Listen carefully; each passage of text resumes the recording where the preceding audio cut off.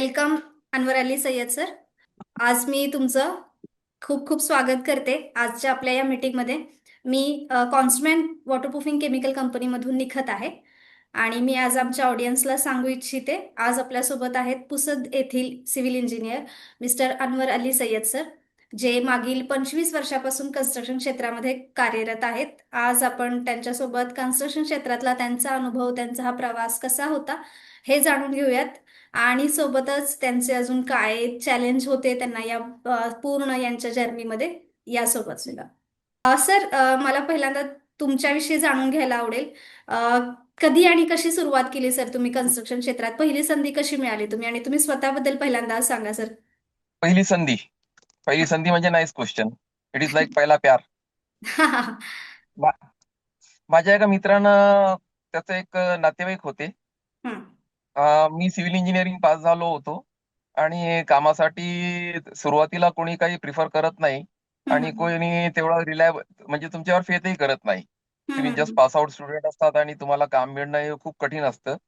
आणि आजच्या वेळेस तरी सिव्हिल इंजिनिअरिंग हा एक विषय असा आहे की सिव्हिल इंजिनिअरिंग कन्सेप्ट माहीत आहे लोकांना. हम्म, हम्म, मागची 25 वर्ष अगोदर जेव्हा आम्ही पासआउट झालो होतो तेव्हा सिव्हिल इंजिनियर फक्त नोकरीसाठी शिक्षण घेतात हा एक समज होता. म्हणून आम्ही पासआउट झाल्यानंतर आम्हाला काम मिळणं खूप कठीण होतं, प्रायव्हेट काम मिळणं. पण तरी माझ्या एका मित्रानं त्याच्या रिलेटिव्हचा मला एक काम घेऊन दिलं आणि तिथून हम्म. माझी सुरुवात झाली. सर, हा प्रवास कसा होता? नेमके कोणते चॅलेंजिंग प्रोजेक्ट तुम्ही, आणि का चॅलेंजिंग प्रोजेक्टच का घेता तुम्ही सर? चॅलेंजिंग प्रोजेक्ट याच्यासाठी घेतो की सिव्हिल इंजिनियर हा विषय चॅलेंजिंग आहे. तुम्ही इंजिनिअरिंग मध्ये जेव्हा तुम्ही जातात तुम्ही तुमच्याकडे 5-6 स्ट्रीम असतात. त्यावेळेस जेव्हा तुम्ही सिव्हिल निवडता तेव्हाच तुम्ही चॅलेंज निवडून घेतात. ओके. बाकी इलेक्ट्रॉनिक्स आहे, कम्प्युटर आहे, तिथं तुम्हाला चॅलेंजिंग नसते. तिथं तुम्हाला एक पर्टिक्युलर जॉब दिलेला असतं आणि तुम्हाला स्मूथली तो हँडल करायचा असतो. हम्म, हम्म, इथं तुम्हाला काही दिलेलं नसतं, इथं तुम्हाला शून्यातून विश्व निर्माण करायचं असतं. म्हणून आज सिव्हिल इंजिनिअरिंगच चॅलेंजिंग एक्सपेक्ट आहे. ओके. आणि या विविध चॅलेंजेस जेव्हापर्यंत तुम्ही चॅलेंजिंग प्रोजेक्ट करणार नाही तोपर्यंत तुम्हाला काही अनुभव येणार नाही. आणि जसं जसं तुम्ही चॅलेंजिंग प्रोजेक्ट समोर समोर करत जासाल ना, तर हम्म, तुम्हाला फक्त चॅलेंजिंग प्रोजेक्टच करायला आवडणार आहे. म्युझियम बांधलेलं आहे. हम्म, हम्म, जेव्हा आम्ही म्युझियम बिल्डिंग घेतली, आम्ही टेंडर घेतलं, आम्हाला वाटलं साधा सोपा टेंडर आहे. बिल्डिंगचं काय आहे, 10 फूट 12 फूट मॅक्झिमम स्लॅब हाईट असतो हम्म. जनरली आपली. आम्ही येस. त्या हिशोबाने टेंडर घेतलं. पण हम्म, जेव्हा कामाला प्रत्यक्ष सुरुवात केली, आम्ही काही ड्रॉइंग बघितली नव्हती. हम्म, हम्म. पण कामाला सुरुवात केल्यावर आम्हाला समजलं की बा याची स्लॅब हाईट तर 6 मीटरची आहे. हम्म. म्हणजे 20 फुटाची स्लॅब हाईट होती त्यात. बाप. आणि खूप मोठा स्पॅन होता. हम्म. एक चांगला स्ट्रक्चर, मोठा स्ट्रक्चर होता तो. हम्म, आणि एक चॅलेंजिंग वर्क होता. तो बाप. पण आम्ही करून घेतला. येस. या सगळ्यांमध्ये तुमचा सर्वात आव्हानात्मक कोणता प्रकल्प होता, कोणता प्रोजेक्ट होता सर सर? प्रकल्प आव्हानात्मक सगळेच आहे. हम्म, हम्म, एक लहानशी बिल्डिंग बांधली असेल मी, किंवा लहानसा असा एक स्ट्रक्चर केलं असेल तो पण आव्हानात्मक होता. आणि हम्म. मोठ्यात मोठं जे केलं असेल ते पण आव्हानात्मक आहे. अगदी. माझं प्रत्येक कार्य आव्हानात्मक मानतो मी. कारण मी त्याला 100% देण्याचा प्रयत्न करतो. आणि तो मी जास्त प्रत्येकाने प्रोजेक्ट केला हातात पाहिजे. घेत नाही. अच्छा. मी जास्त प्रोजेक्ट पण प्रायव्हेट मध्ये हातात घेत नाही. हम्म, हम्म. मला आमिर खान आवडतो. वर्षातून एक पिक्चर काढायचा आणि तो सुपरहिट करायचा. अगदी अगदी बरोबर सर. एक्झाम्पल अगदी करेक्ट होतं. आमिर खान पण एकाच प्रोजेक्टवरती काम करतो आणि तुम्ही सुद्धा फक्त एकाच प्रोजेक्टवरती 100% काम वी करताय. Should be dedicated to our work. Yes, yes, yes, definitely, definitely. Sayyed sir, waterproofing related नेमके काय चॅलेंजेस आहेत आपल्या भागामध्ये? वॉटरप्रूफिंग तर खूप काही आहे मॅडम. वॉटरप्रूफिंग बद्दल बोलायचं असलं ना, हम्म. तर वॉटरप्रूफिंग असा विषय आहे की तो त्याच्यात पीएचडीच करावी अशी वाटते. अरे कारण बापरे. वॉटरप्रूफिंग नेमकं काय आहे हम्म, हम्म. त्याचाच अजून आपण अवेअरनेस केलेला नाही आहे. आणि yes, yes. This is not the problem of client, this is our problem. Yes, this आम्ही इज अवेअरनेस अगदी केलेला नाही आहे मार्केटमध्ये. हम्म, हम्म, कोणीच वॉटरप्रूफिंग बद्दल तेवढं लक्ष देत नाही. एक सामान्य नागरिक तर कधीच वॉटरप्रूफिंग बद्दल आपल्या घराबद्दल विचारही करत नाही. हम्म. तो त्याचा विचार असतो घर म्हणजे 4 कॉलम उभे केले, त्याच्यावर स्लॅब टाकलं, भिंती उभी केली, प्लास्टर केलं, दारं खिडक्या लावली, खूप झालं तर ग्रेनेट लावून मोकळं झालं.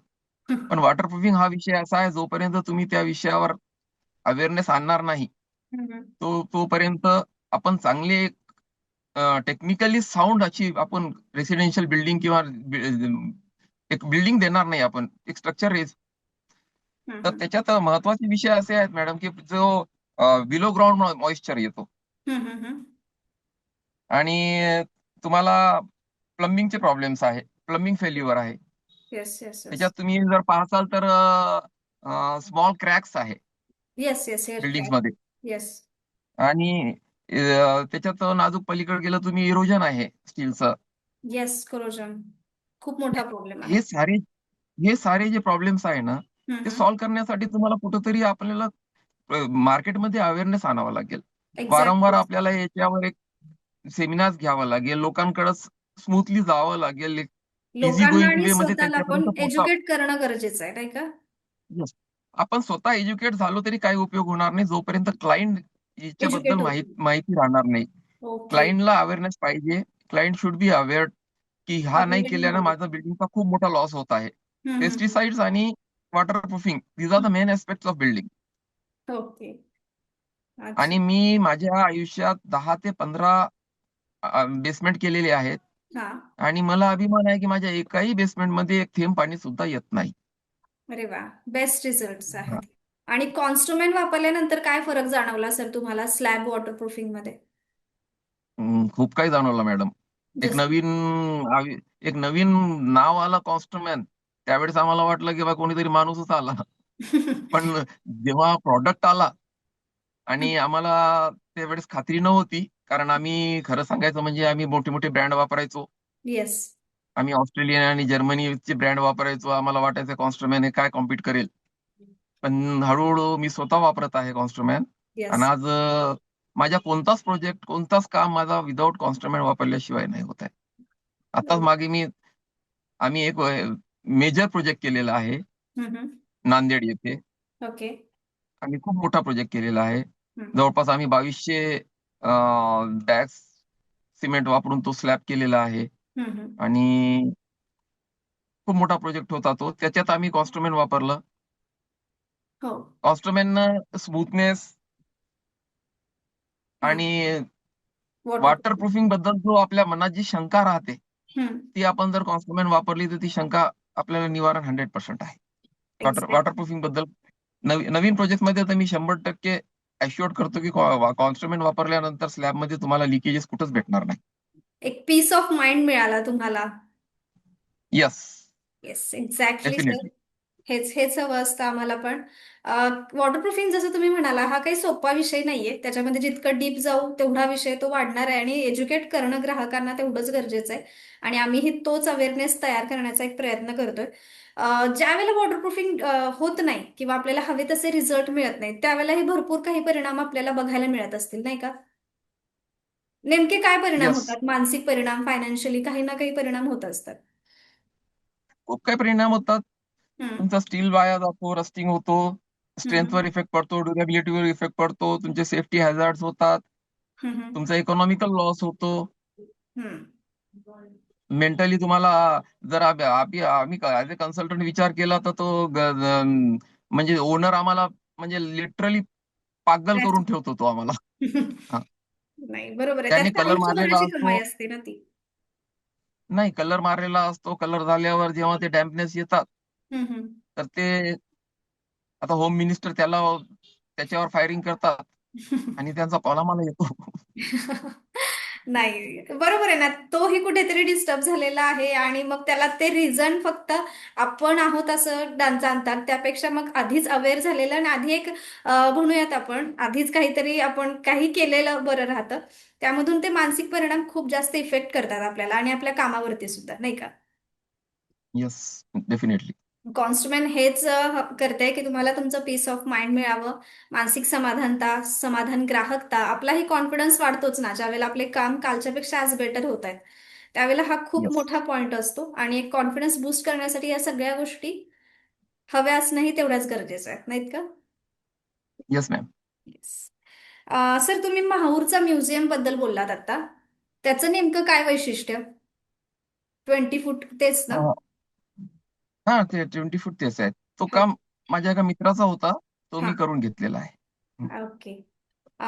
सर आपण जसं म्हणतो की कॉन्स्टमेन हे एक ISI मार्क केमिकल आहे. मार्केटमध्ये बरेच उत्पादनं प्रॉडक्ट्स असतात ISI मार्क. ISI मार्कचं नेमकं वैशिष्ट्य तुम्ही काय सांगाल आणि काय विश्वास मिळतो आपल्याला ISI मार्क मधून?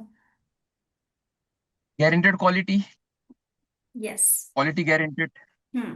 Safety, yes. सेफ्टी बद्दल तुम्हाला हमी असते. येस. आणि यू कॅन ट्रस्ट, हम्म. म्हणजे तुम्ही आता काही विचार न करता तुम्ही त्याच्यावर ट्रस्ट करू शकता त्या प्रॉडक्टवर. हम्म. हम्म. आणि सर्वात महत्वाचं मला असं वाटते की ISI असलं तर तुम्ही लिगली सेफ आहात.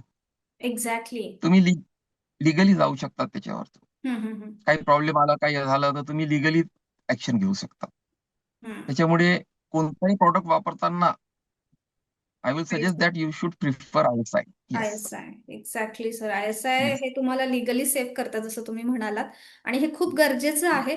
आय एस आय मार्क गरजेचं आहे. उत्पादनांवरती विश्वास ठेवून त्या गोष्टी यूज करणं.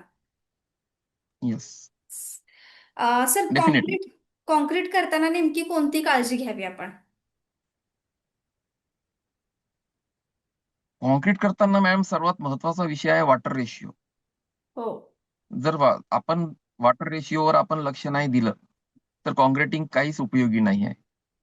लेबर वर्क काय करतो, पाणी जास्त वापर करतो. हम्म. आपण प्रिफर करतो की पाणी वॉटर रेशिओ मेंटेन व्हावा आणि पाणी कमी व्हावं. हम्म. त्याच्यासाठी आपण तो एक भाग आहे की पण आम्ही जेव्हा कॉन्स्ट्रुमेंट वापरणं सुरू केलं हम्म. तेव्हा वॉटर रेशिओ ऑटोमॅटिक कमी झालं. आम्ही मेंटेन झालं. पाण्याचं प्रमाण लेबरनंच कमी करून टाकलं. हम्म. पाण्याचं प्रमाण लेबरनं कमी केलं आणि मटेरियलचं प्रमाण वाढलं. त्याच्यात आम्ही खडी वाढवली. खडी वाळूचा वाढवल्यानं वापर कमी थोडंसं केला. कॉम्पॅक्शनचा हम्म. जो पहिले प्रॉब्लेम येत होता कॉम्पॅक्शनचा, तो हम्म. कॉम्पॅक्शनचा प्रॉब्लेमही आता येत नाही आहे. इझिली कॉम्पॅक्टेबल आहे. अगदी म्हणजे वाळूचा वापर आणि कमी करून हनीकॉम्ब खडी मध्ये वाढवलीत ना आपण? Yes, yes. आणि खडी वाढवल्यामुळे कधी कधी मागच्या मागं कसा होता अनुभव, की खडी वाढवली की हनीकॉम्ब यायची एक्झॅक्ट. कॉन्क्रिटिंग मध्ये. हम्म. तो पण प्रॉब्लेम. आता मिक्सिंग एवढं स्मूथली होत आहे हम्म. की हनीकॉम्बचा विषयच नाही आहे. हनीकॉम्ब नाही येत आहे आता. ओके, मोठा प्रॉब्लेम हा एक सॉल्व्ह झाला आपला. क्वालिटीसाठी. येस. क्वालिटी क्वालिटीसाठी मेंटेन कॉन्क्रीट मेंटेन करता येते आपल्याला. आणि स्ट्रेंथ पण मेंटेन होतो ना जेव्हा आपण खडी वाढवतो. हम्म. आपण दुसऱ्या बाजूने स्ट्रेंथ पण हे करतो त्याची. Yes, yes. Coarse aggregate is equal to strength. Sir, यामध्ये आपण ज्या वेळेला कोणतेही केमिकल्स किंवा कोणतेही उत्पादन वापरतो किंवा वॉटरप्रूफिंगचा फक्त विषय घेतला आपण, तर यामध्ये केमिकल ची गुणवत्ता कशी तपासायची आपण कोणतं केमिकल यूज करताना? कोणतं केमिकल युज करता त्याची गुणवत्ता कशी तपासायची. हम्म. तर आपण सर्वात सर्वात पहिले तर आपण जसं बोललो की ISI. ओके. सुरुवात आपण तिथूनच करू. ISI पासून. हम्म. ISI पासून सुरुवात करून आपण मार्केटमध्ये जेवढे प्रॉब्लेम हे आलेले आहेत प्रॉडक्ट्स, येस. ते प्रॉडक्ट्स ते प्रॉडक्ट्स सगळे माउथ पब्लिसिटी आणि मार्केटिंगवरच अवलंबून असतात. हम्म. तेव्हा आपण सर्वात पहिले क्वालिटी चेक करायची असली तर आपण ISI वर जातो. हम्म. त्याच्यानंतर रेफर रेफरर कुठून मिळालेला आहे, हम्म. ज्यांनी आपल्याला रेफर केलेला आहे तो रिलायबल आहे की नाही आहे, येस. त्याच्यावर विश्वास ठेवा. हम्म. तर सर, डिझाईन आणि एस्टिमेट करताना नेमकी कोणत्या गोष्टी लक्षात घ्याव्यात म्हणजे एक टीप म्हणून येणाऱ्या सिव्हिल इंजिनियरसाठी? डिझाईन आणि एस्टिमेट करताना सर्वात महत्वाचं आहे की तुम्ही बिल्डिंगला प्रॉपर ट्रीटमेंट देण्यासाठी हम्म. म्हणजे जवळपास जे सर्व प्रोव्हिजन्स आहे हम्म. ते एस्टिमेट मध्ये असणे गरजेचे आहे. ओके. त्यांना सगळे प्रोव्हिजन तुम्ही इन्क्लूड करणे गरजेचे आहे एस्टिमेट मध्ये. हम्म. जसं आपण अँटी टर्माइटचा विषय घेतलेला आहे. ओके. अँटी टर्माइटचा एस्टिमेट मध्ये घेणं गरजेचं आहे. वॉटरप्रूफिंग ठेवणं गरजेचं आहे. हम्म. त्याच्यानंतर महत्वाचा विषय होतो ग्रेड ऑफ कॉन्क्रीट. हम्म. हम्म. जागोजागी ग्रेड ऑफ कॉन्क्रीट कोणत्या ग्रेडचा कॉन्क्रीट वापरायचा आहे तो एक विषय टेक्निकली घेणं महत्वाचं असतो. हम्म. आणि त्याच्यावर आपण विशेष लक्ष देतो. तसंच आपण जर बिल्डिंगचा विषय असला तर हम्म. आपण जसं वॉटरप्रूफिंग सांगितलं आणि अँटी टर्माइट सांगितलं. हम्म. तर अँटी टर्माइट आणि वॉटरप्रूफिंग हे झालं एस्टिमेट करताना. आणि जेव्हा तुम्ही डिझाईन करता तर हम्म. डिझाईन करताना आम्ही प्लॅन करताना आम्ही सर्वात मोठा जो एक ऍस्पेक्ट समोर ठेवतो प्लॅनिंगसाठी, हम्म. तो असतो व्हेंटिलेशन. ओके. आम्ही आम्ही फ्री लाईट ऍक्सेस देण्याचा आम्ही प्रयत्न करतो. आम्ही चॅलेंज करतो ओनरला, आमच्या जे साईट असतात प्रायव्हेट, की हम्म. तुम्ही दिवसामध्ये कोणत्याही रूम मध्ये तुमच्या घरातले जा आणि विदाऊट इलेक्ट्रिसिटी तुम्ही न्यूजपेपर वाचा. हम्म. ओके, एवढं जास्त म्हणजे आम्ही तुम्हाला व्हेंटिलेशनला महत्त्व दिलं जातं. येस, आणि व्हेंटिलेशनला महत्त्व दिला जातो. कारण तुम्ही फॅन बंद जरी असला तर तुम्हाला असं सफोकेशन वाटलं नाही पाहिजे घरात. Hmm. Ventilation should be there. Proper ventilation and natural ventilation. म्हणजे येणाऱ्या बांधकाम व्यावसायिकांसाठी ह्या गोष्टी लक्षात घेणं खूप गरजेचं आहे. दोन गोष्टी, प्रॉपर व्हेंटिलेशन असणं गरजेचं आहे आणि तुम्ही फायर फायटिंग वगैरे, वॉटरप्रूफिंग, अँटी टर्बाईट या सगळ्या गोष्टी लक्षात घेतायत का नाही, ह्या गोष्टी थोड्याशा. सर, आपण मग बोलतोय त्यामध्ये स्टील रस्टिंगचा एक विषय तुम्ही बोललात. स्टील रस्टिंग, स्टील कोरोजन हा खूप मोठा विषय आहे, पण त्याबद्दल जास्ती बोललं जात नाही. पण त्याच्यामधून भरपूर नुकसान सुद्धा होतं. तर या नुकसानाचं काय विषय असतो सर? केवढं मोठं नुकसान होऊ शकतं किंवा काय विषय नुकसानाची या पात्रता असते? हे नुकसान तुम्हाला रोज वेळोवेळी दिसणार नाहीये. हम्म. हा दिसून येणारा नुकसान नसतो. ओके. हा जेव्हा हा नुकसान जेव्हा असतो तेव्हा तो खूप तुम्हाला जीवघेणे होतो तो. हम्म. हा जेव्हा आपले रिझल्ट देतो तो तुम्हाला खूप त्रासदायक होतो. ओके. किंवा हे नुकसान तुम्हाला जास्तीत जास्त जेव्हा अर्थक्वेक्स होतात हम्म. हम्म. त्यावेळेस तुम्हाला हे खूप पाहायला भेटणार आहे. ओके, म्हणजे लवकर हा, दिसूनच येत नाही हे नुकसान. लवकर दिसून येत नाही. हे तुम्हाला काय दिसून नुकसान येणार होतात? नाही. तुमची स्ट्रेंथ एकदम स्ट्रेंथच तुमची खतम होऊन जाते बिल्डिंगची. तुमची स्ट्रेंथ नसल्यावर ती बिल्डिंग कशी राहणार आहे? एक्झॅक्टली. कॉन्स्ट्रुमेंट कॉन्क्रीटची मध्ये हे. स्ट्रेंथ हम्म. रस्टिंग झाल्यावर तुमचा जो बॉन्ड असायला पाहिजे कॉन्क्रीट आणि स्टीलचा, तो राहत नाही. तो बॉन्ड राहत नाही. हम्म. हम्म. हम्म. स्टीलची लाईफ संपून जाते. ओके. मग तुम्ही कोणत्या गोष्टी लक्षात ठेवल्या पाहिजेत, जेव्हा तुम्ही स्टील रस्टिंगचा विषय घेता त्यावेळेला कोणते घटक टाळले पाहिजेत आणि कोणते घटक ऍड केले पाहिजेत? जसं की कॉन्स्ट्रुमेंटमध्ये हे क्लोराईड फ्री आहे आपलं कॉन्स्ट्रुमेंट केमिकल, तसं कोणत्या अजून गोष्टींकडे लक्ष दिलं पाहिजे ज्याच्यामुळे स्टील कोरोजन होणं आपण टाळू शकतो किंवा ते होणार नाही याची थोडीशी दक्षता घेऊ शकतो? मॅडम, मोठे प्रोजेक्ट असले तर याच्यावर या सर्व गोष्टी पॉसिबल आहेत. स्मॉल प्रोजेक्ट मध्ये हे काहीच पॉसिबल नाही आहे. हम्म. हम्म. ओनर त्याच्याकडे दुर्लक्ष करतो. हम्म. ओनर म्हणतो की जो जो आणलेला स्टील आहे तो खूपच चांगला आहे, हम्म. त्याला अजून कोटिंग करायची काय गरज आहे. मग ओके. आम्ही ऍटलिस्ट याच्यावर भर देतो हम्म. की डम्प स्टील नको. ओके. डंप केलेला स्टील यूज नाही करायचं हम्म. हम्म. आणि शक्यतो नवीन स्टील वापरायचं. अच्छा. ISI मार्क वापरायचं, हम्म. ब्रँडेड स्टील वापरायचं, लोकल स्टील कडे नाही जायचं. हम्म. हम्म. लोकल स्टीलमध्ये थोडंसं इकॉनॉमिकली चीप होतो, पण त्याची लाईफ नसते, म्हणून तर त्याच्याकडे नाही जायचं. आणि लोकल स्टीलचा अजून एक डिसएडव्हान्टेज हा आहे की हम्म. लोकल स्टीलची तुम्हाला लेंथ कमी भेटणार आहे as hmm. Compare to ISI स्टील. ओके. मग यानं त्या भागानं तो इकॉनॉमिकली तेवढंच पडतो, पण तो बाकीच्यांना लक्षात येत नाही. त्यांना वाटतो की बा हा स्वस्त आहे म्हणून हा घ्यायचा. पण त्याची लेंथ जी आहे तुम्ही बारची जर लेंथ मोजली हम्म. तर हम्म. ती लेंथ हे होईल. लेंथ मध्ये तुम्हाला फरक दिसून येईल, वेट मध्ये फरक दिसून येईल. हम्म. हम्म. हम्म. म्हणजे आणि किमतीमध्ये चांगली चांगली कॉम्प्रोमाइज नाही करायचे ज्या वेळेला स्टीलचा विषय असतो तेव्हा. नाही, तुम्ही कॉम्प्रोमाइज करा. You are the owner, you can bargain, hmm. Hmm. Go for bargaining, whatever you get discount, take it. Hmm. Hmm. पण क्वालिटीमध्ये कॉम्प्रोमाइज नाही करायचं. क्वालिटी चांगलीच घ्या, प्रत्येक गोष्टी चांगली घ्या. लोकल काहीच वापरू नका. हम्म. हम्म. घर तुमचं आहे, तुम्हाला राहायचं आहे. आम्ही बांधून चालले जाणार. सर, ज्या वेळेला तुम्ही गव्हर्नमेंट कॉन्ट्रॅक्टर म्हणून पण काम केलेलं आहे, एखादं काम सुरू करताना गव्हर्नमेंट परमिशन असणं खूप गरजेचं आहे. मग त्या परमिशन घेताना येस. अ, तुम्ही म्हणजे येस. किंवा अप्रुव्हल करताना तुम्ही कोणत्या टिप्स आमच्यासोबत शेअर करू शकता? काय प्रक्रिया असते ती नेमकी? तुम्ही गव्हर्नमेंटला, क्लायंटला खुश करण्यासाठी काही फॉल्स इन्फॉर्मेशन देऊ नका बिल्डिंगमध्ये. हा ओके. सर्वात महत्वाचा आहे. हम्म. हम्म. जे काही असेल त्याचा प्लॅन, तो व्यवस्थित प्लॅन पुटअप करा. हम्म. ऍज पर नॉर्म्स पुटअप करा, जेणेकरून तुमचा प्लॅन पण रिजेक्ट होणार नाही. वारंवार तुम्हाला तिथं जावं लागणार नाही. आणि क्लायंटलाही पूर्ण भविष्यात हम्म. हम्म. त्या त्या कॉर्पोरेशनकडे किंवा जो काही अथॉरिटी आहे, सँक्शनिंग अथॉरिटी, हम्म. हम्म. त्यांच्याकडे भविष्यातही त्याला त्रास गेला नाही पाहिजे. ओके. त्या हिशोबानं तुम्ही फॉल्स इन्फॉर्मेशन द्यायची नाही प्लॅनमध्ये. ओके. जे काही फॉल्स आहे इन्फॉर्मेशन अँड व्यवस्थित. कमिटमेंट. यस. हे खूप मोठा विषय आहे हा. ज्यावेळेला तुम्ही फॉल्स परमिशन्स, इन्फॉर्मेशन किंवा कमिटमेंट देता त्यावेळेला तुम्हाला भविष्यामध्ये अडचणीत येण्याच्या भरपूर शक्यता असतात, नाही का? यस. Sir, last question. आदर्श सिव्हिल इंजिनियर मध्ये कोणते गुण असावेत असं तुम्हाला वाटतं? आता तुम्ही शब्दच वापरला आदर्श हो. आणि सिव्हिल इंजिनियर. म्हणजे सिव्हिलची व्याख्या मला माहित नाही, तुम्हाला माहित आहे की नाही तर. व्हॉट इज द बोला. Long form of civil? Hmm. Corruption is very important in life.